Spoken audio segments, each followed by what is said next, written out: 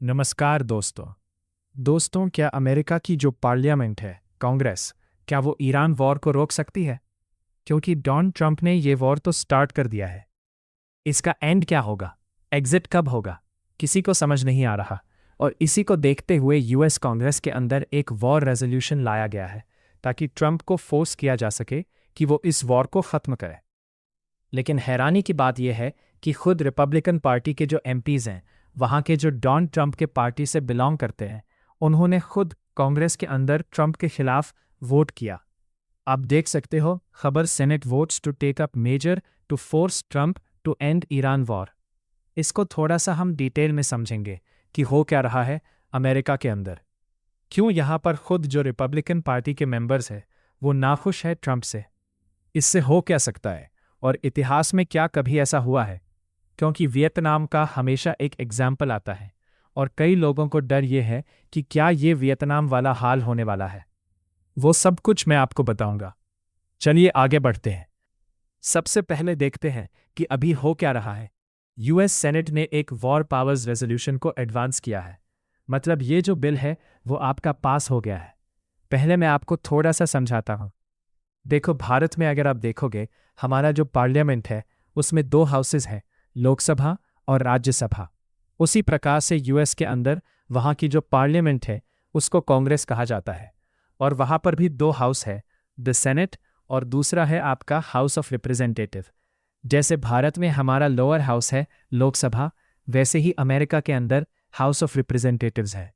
अभी हम house of representatives की बात नहीं कर रहे हैं, हम बात कर रहे हैं सेनेट की। जैसे भारत में राज्यसभा है, यहाँ पर अलग अलग राज्यों से जो मेंबर्स हैं चुनकर आते हैं अलग अलग पार्टीज के थ्रू। तो उसी प्रकार से अमेरिका में टोटल 50 स्टेट्स है, राइट? और हर एक स्टेट से 2 मेंबर आते हैं। तो कुल मिलाकर यहाँ पर टोटल 100 सीट्स है। अब हुआ क्या है कि ये जो वॉर रेजोल्यूशन है वो पहले सेनेट के अंदर लाया गया। अब अगर आप यहाँ पर देखोगे ध्यान से तो मेजॉरिटी किसके पास है? डोनाल्ड ट्रंप की जो पार्टी है, रिपब्लिकन पार्टी, उनके पास मेजॉरिटी है। कोई भी बिल वगैरह आएगा तो ऑब्वियस सी बात है कि यहाँ पर रिपब्लिकन पार्टी उसको सपोर्ट करेगी। लेकिन उल्टा हुआ क्या कि जो ईरान वॉर चल रहा है, इससे बहुत सारे जो रिपब्लिकन पार्टी के लोग हैं, जो डोनाल्ड ट्रंप पार्टी के लोग हैं, वो नाखुश हैं। और जो डेमोक्रेटिक पार्टी है उन्हें भी अपॉर्चुनिटी मिल गई। ये बेसिकली बाइडेन वाली पार्टी है, डेमोक्रेटिक पार्टी ओबामा वाली। तो बेसिकली अगर आप देखोगे तो यहाँ पर जो वॉर रेजोल्यूशन लाया गया उसमें यह पता चला कि रिपब्लिकन पार्टी के 4 मेंबर्स डेमोक्रेट्स के साथ चले गए। और इनफैक्ट डेमोक्रेटिक पार्टी में भी आप देखोगे तो इनके एक मेंबर जो हैं उन्होंने रिपब्लिकन पार्टी का साथ दे दिया। तो इस तरह की चीज़ें चलती रही हैं। भारत जैसा नहीं है। भारत में तो आप सब जानते हो एंटी डिफेक्शन लॉ है। अगर पार्टी ने व्हिप जारी कर दिया है तो आपको वही फॉलो करना होगा। अदरवाइज आपकी सदस्यता चली जाएगी। लेकिन अमेरिका में ऐसा नहीं है। आप पार्टी के खिलाफ भी वोट कर सकते हो, लेकिन ऑब्वियस सी बात है उसके कॉन्सिक्वेंस होंगे। वो एक अलग चीज़ है। तो यहाँ पर हुआ क्या कि जो टोटल नंबर ऑफ वोट्स पड़े उसमें इस वॉर रेजोल्यूशन के सपोर्ट में 50 वोट पड़ गए। मतलब ट्रंप के खिलाफ वोट चला गया और 47 वोट ट्रंप के साथ चला गया। तो इसीलिए ये बहुत ज़्यादा पॉलिटिकली एक्सप्लोसिव इवेंट हो गया है अमेरिका में। अब क्वेश्चन ये है कि ये जो वोट है वो इतना नेसेसरी क्यों था? देखो क्या है ना कि अमेरिका में बहुत से लोग नाक है। यहाँ पर जिस तरह से पूरा वॉर छेड़ा गया, ट्रंप एडमिनिस्ट्रेशन ने खुद से ये ऑथराइज कर दिया कि हम वॉर में जाएंगे। यूएस के जो एसेट्स हैं वो इजरायली ऑपरेशंस को सपोर्ट कर रहे थे।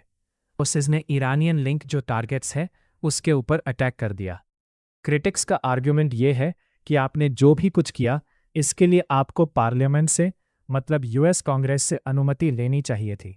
वहाँ से चीज़ें पास होनी चाहिए थी। लेकिन कांग्रेस ने कभी भी इस वॉर को अप्रूव नहीं किया और इसीलिए यहाँ पर कॉन्स्टिट्यूशनल कंसर्न आ गया है। अब देखो क्या है कि यूएस का कॉन्स्टिट्यूशन क्या कहता है, वहाँ का संविधान, कि आखिरकार अगर जब भी कोई वॉर लड़ रहा है अमेरिका, तो उसकी पावर किसके पास है? देखो, 2 चीज़ें हैं। अगर हम वॉर डिक्लेरेशन की बात करें तो कॉन्स्टिट्यूशन के आधार पर अगर आप देखोगे तो इस हिसाब से तो कांग्रेस के पास पावर है। वहाँ की पार्लियामेंट के पास है। हाँ, एक बार वॉर डिक्लेयर हो गया तो वॉर कैसे लड़ा जाएगा, क्या प्रोसीजर होगा, ये सब कुछ कमांडर इन चीफ के पास आता है। और वो कमांडर ऑन इन चीफ कौन है? वो खुद प्रेसिडेंट है। तो यहाँ पर डिवीजन आपको देखने को मिलेगा। कहने का मतलब ये है कि अमेरिका के जो फाउंडर्स हैं, जब उन्होंने संविधान बनाया, उन्होंने यही सोचा कि कोई भी प्रेसिडेंट आए वो डिक्टेटर नहीं बनना चाहिए, एग्जीक्यूटिव मिलिट्रिज्म नहीं आना चाहिए, यूनिलैटरल वॉर की तरफ नहीं जाना चाहिए। और इसीलिए ये पावर कांग्रेस को दी गई थी कि कोई सिंगल पर्सन ये ना डिसाइड करे कि क्या अमेरिका वॉर में जाएगा कि नहीं। तो यहाँ पर कांग्रेस डिसाइड करता है कि अमेरिका वॉर में जाएगा या नहीं, लेकिन प्रेसिडेंट डिसाइड करते हैं कि वॉर को कैसे लड़ा जाएगा। अब क्वेश्चन ये है कि क्या ये एक्चुअल में फॉलो होता है? एक्चुअल में अगर आप देखोगे तो कई बार फॉलो होता है, कई बार नहीं भी होता है। फॉर एग्जाम्पल, अगर हम वर्ल्ड वॉर 2 की बात करें कि अमेरिका वर्ल्ड वॉर 2 में कूदा, तो क्या इसके लिए वहाँ की कांग्रेस ने अप्रूव किया था? बिल्कुल किया था। क्या कोरियन वॉर के लिए अप्रूव किया था? नहीं किया था। वियतनाम वॉर के लिए किया था? नहीं किया था। इराक 2003 में कांग्रेस ने अप्रूव किया था। अफगानिस्तान को लेकर ऑथराइज किया गया था। लेकिन वहीं लिबिया 2011, सीरिया स्ट्राइक, इन सब के लिए कोई डिक्लेरेशन नहीं आता। आई होप आप समझ रहे हो कि कहने को तो कांग्रेस को अप्रूव करना चाहिए था, लेकिन हर बार ऐसा नहीं होता। कई बार क्या होता है, जो प्रेसिडेंट है वो अपने इमरजेंसी पावर्स का इस्तेमाल करते हैं, एंटी टेरर ऑथराइजेशन का इस्तेमाल करते हैं, कमांडर इन चीफ पावर का इस्तेमाल करते हैं। और इसीलिए धीरे धीरे ये देखने को मिला है कि यूएस की जो पार्लियामेंट है, जो कांग्रेस है, वो कमज़ोर होती गई है वॉर के डिसीजन में। वो एक्चुअल में डिसीजन नहीं ले पाती। इनफैक्ट यहाँ पर जो सबसे बड़ा ट्रॉमा था अमेरिका के लिए, वो था वियतनाम वाला वॉर। और यहाँ पर तो ट्रंप के खिलाफ, इनफैक्ट ट्रंप मैं कह रहा हूँ, यूएस के जो प्रेसिडेंट है उनके खिलाफ चीज़ें गई थी। मैं आपको बताता हूँ कैसे। 1965 में प्रेसिडेंट जॉनसन ने वियतनाम वॉर को अप्रूव किया और यहाँ पर मिलिट्री ऑपरेशन एस्केलेट हो गया। जो भी प्रेसिडेंट आए उन्होंने बॉम्बिंग वगैरह करना। इनफैक्ट जो वॉर है वो कंबोडिया और लाओस तक वाइडन हो गया था। तो कांग्रेस को ये लगा कि जो प्रेसिडेंट है वो अपने कॉन्स्टिट्यूशनल अथॉरिटी को एक्सीड कर रहे हैं। और इसका नतीजा क्या निकला? नतीजा ये निकला कि उस समय 1973 में एक वॉर पावर रेजोल्यूशन लाया गया था, जैसे अभी लाया गया है ना इस बार सेनेट में। तो उसी प्रकार से वैसे ही वॉर पावर रेजोल्यूशन लाया गया कांग्रेस के द्वारा, और वो पास भी हो गया था। सेनेट और हाउस ऑफ रिप्रेजेंटेटिव दोनों ने पास कर दिया था। लेकिन यहाँ पर होता क्या है कि प्रेसिडेंट से भी अनुमति चाहिए होती। तो उस समय प्रेसिडेंट थे निक्सन। उन्होंने इसको अपोज किया कि ये जो रेजोल्यूशन है मैं इस पे हस्ताक्षर नहीं करूँगा, ये मैं अपोज करता हूँ। लेकिन उसके बाद फिर से कांग्रेस के पास पावर आती है। वो चाहे तो प्रेसिडेंट के वीटो को ओवरराइड कर सकती है, लेकिन ऑब्वियस सी बात है उसके लिए उनको 2/3 मेजॉरिटी चाहिए होता है। तो सोच के देखिए, कांग्रेस ने यूएस की पार्लियामेंट में 2/3 मेजॉरिटी के साथ प्रेसिडेंट निक्सन को रिजेक्ट कर दिया था। मतलब यहाँ पर यह कह दिया था कि आप इस वॉर को रोकोगे, और फाइनली वॉर को खत्म करना पड़ा। तो ये ट्रॉमा चलता आ रहा है, और उसी की वजह से ये चीज़ अगर आप समझे हो तो आज जो हो रहा है वो आप समझ पाओगे। अब क्वेश्चन ये है कि जो वॉर पावर रेजोल्यूशन लाया गया है इसमें क्या क्या चीज़ें हैं। देखो, एक तो ये है कि president can act in emergencies.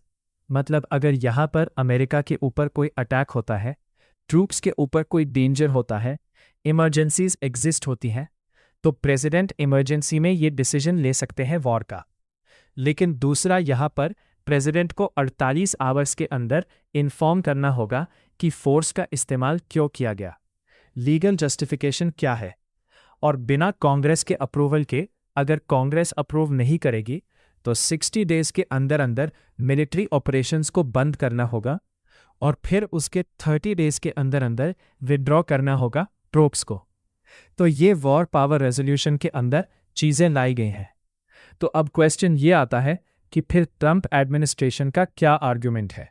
Trump administration का बेसिकली ये कहना है कि देखो हम कोई फुल स्केल ग्राउंड इन्वेशन पर तो जा नहीं रहे हैं।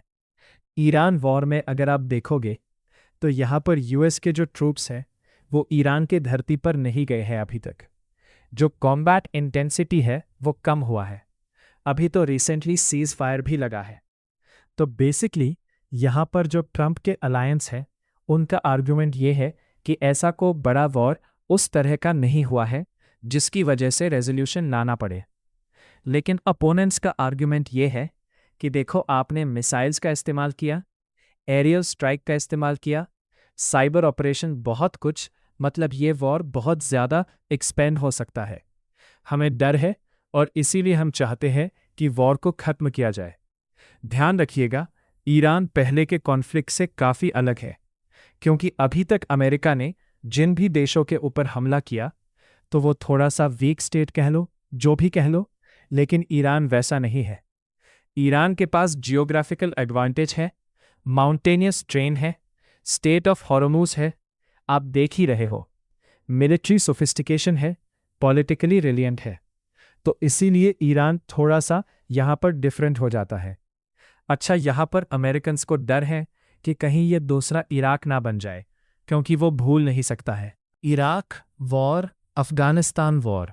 और आप समझिए इसकी वजह से डर ये है कि फाइनेंशियल कॉस्ट होगा, ट्रिलियंस ऑफ डॉलर्स खर्च होंगे, यूएस कैजुअलिटीज होंगी, थाउजेंड्स ऑफ ट्रूप्स मारे जाएंगे, रीजनल इंस्टेबिलिटी होगी, पॉलिटिकल ट्रस्ट जो है वो डैमेज हो जाएगा। तो कई वोटर्स को यहाँ पर डर ये है कि Iran could become an even larger disaster, जो कि वो नहीं होने देना चाहते। अच्छा, यहाँ पर इंटरनल रिपब्लिकन डिवाइड आपको देखने को मिलेगी। जो ट्रंप की पार्टी है ना, रिपब्लिकन पार्टी, वो यहाँ पर अभी दो आइडियोलॉजीज उनमें आपको देखने को मिलेगी। एक तो है इंटरवेंशनिस्ट रिपब्लिकन और दूसरा है अमेरिका फर्स्ट रिपब्लिकन। जो इंटरवेंशनिस्ट हैं उनका ऐसा मानना है कि यूएस मिलिट्री का डोमिनेंस बने रहना चाहिए।